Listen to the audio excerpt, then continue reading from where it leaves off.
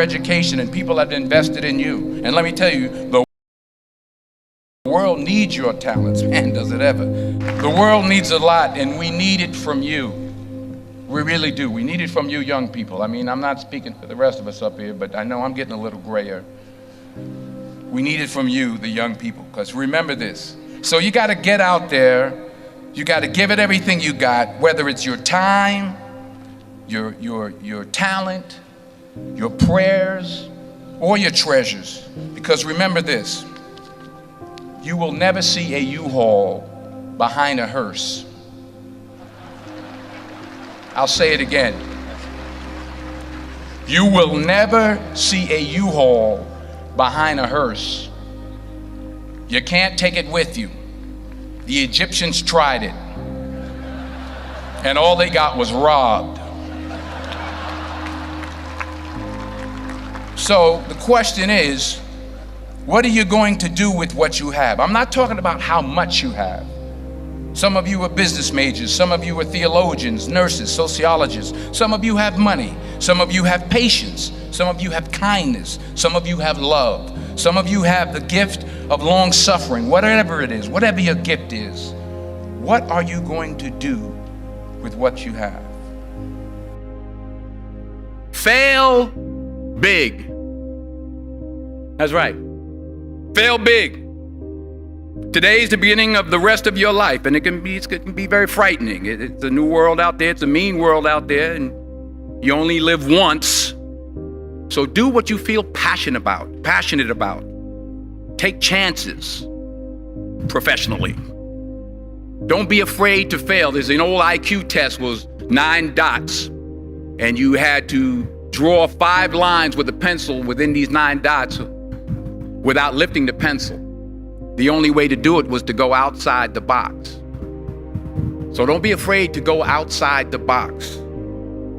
Don't be afraid to think outside the box. Don't be afraid to fail big, to dream big. But remember, dreams without goals are just dreams, and they ultimately fuel disappointment. So have dreams, but have goals. Life goals, yearly goals, monthly goals, daily goals. I try to give myself a goal every day. Sometimes it's just to not curse somebody out. Simple goals, but have goals. And understand that to achieve these goals, you must apply discipline and consistency. In order to achieve your goals, you must apply discipline, which you have already done, and consistency every day, not just on Tuesday and miss a few days. You have to work at it every day. You have to plan every day. You've heard the saying, we don't plan to fail, we fail to plan. Hard work works. Working really hard is what successful people do. And in this text, tweet, twerk world that you've grown up in, remember, just because you're doing a lot more doesn't mean you're getting a lot more done. Remember that. Just because you're doing a lot more doesn't mean you're getting a lot more done. Don't confuse movement with progress. My mother told me, she said, yeah, because you can run in place all the time and never get anywhere. So continue to strive, continue to have goals, continue to progress. I found that nothing in life is worthwhile unless you take risks. Nothing. Nelson Mandela said, there is no passion to be found playing small and settling for a life that's less than the one you're capable of living. Now, I'm sure in your experiences in school and applying to college and picking your major and deciding what you want to do with life, I'm sure people have told you to make sure you have something to fall back on. Make sure you got something to fall back on, honey. But I never understood that concept. having something to fall back on. If I'm going to fall, I don't want to fall back on anything except my faith. I want to fall forward. I figure at least this way I'll see what I'm going to hit. Fall forward. This is what I mean.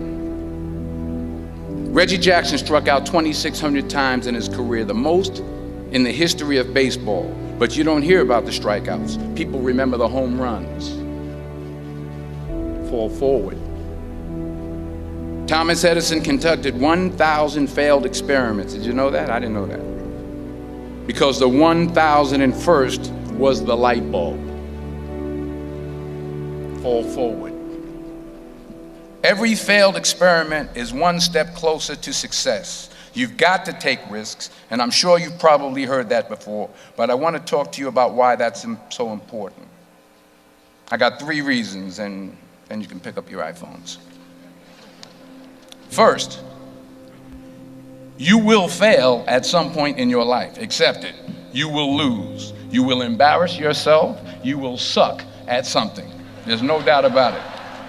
And I know that's probably not a traditional message for a graduation ceremony, but hey, I'm telling you, embrace it, because it's inevitable. And I should know. In the acting business, you fail all the time. Early on in my career, I auditioned for a part in a Broadway musical. Perfect role for me, I thought, except for the fact that I can't sing. I didn't get the job. But here's the thing. I didn't quit. I didn't fall back. I walked out of there to prepare for the next audition, and the next audition, and the next audition. I prayed. I prayed, and I prayed. But I continued to fail, and fail, and fail. But it didn't matter, because you know what? There's an old saying, you hang around the barbershop long enough, sooner or later you're going to get a haircut. So you will catch a break, and I did catch a break. Last year, I did a play called Fences on Broadway. Someone talked about it. Won the Tony Award. And I didn't have to sing, by the way. But here's the kicker. It was at the Court Theater. It was at the same theater that I failed that first audition 30 years prior. The point is, and I'll pick up the pace, the point is, every graduate here today has the training and the talent to succeed. But do you have the guts to fail? Here's my second point about failure. If you don't fail, you're not even trying. I'll say it again. If you don't fail, you're not even trying. My wife told me this great expression. To get something you never had, you have to do something you never did. Les Brown's a motivational speaker. He made an analogy about this. He says, imagine you're on your deathbed, and standing around your deathbed are the ghosts representing your unfulfilled potential. The ghost of the ideas you never acted on.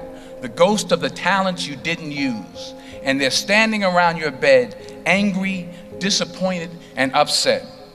They say, we came to you because you could have brought us to life, they say. And now we have to go to the grave together. So I ask you today, how many ghosts are going to be around your bed when your time comes? Not only take risks, but to be open to life, to accept new views, and to be open to new opinions, to be willing to speak at a commencement at one of the best universities in the country, even though you're scared stiff. While it may be frightening, it will also be rewarding. Because the chances you take, the people you meet, the people you love, the faith that you have, that's what's going to define you. Never be discouraged. Never hold back. Give everything you got. And when you fall throughout life, and remember this, fall forward. Say thank you. for grace. Thank you for mercy. Thank you for understanding. Thank you for wisdom. Thank you for parents. Thank you for love. Thank you for kindness. Thank you for humility. Thank you for peace. Thank you for prosperity. Say thank you in advance for what's already yours. That's how I live my life. That's why I am, one of the reasons why I am today. Say thank you in advance for what is already yours. True desire in the heart for anything good is God's proof to you, sent beforehand to indicate that it's yours already. I'll say it again. True desire in the heart, that itch that you have, whatever it is you want to do, that thing that you want to do to help others and to grow and to make money, that desire, that itch, that's God's proof to you, sent beforehand already to indicate that it's yours. And anything you want good, you can have. So claim it. Work hard to get it. When you get it, reach back. Pull someone else up. Each one, teach one. Don't just aspire to make a living. Aspire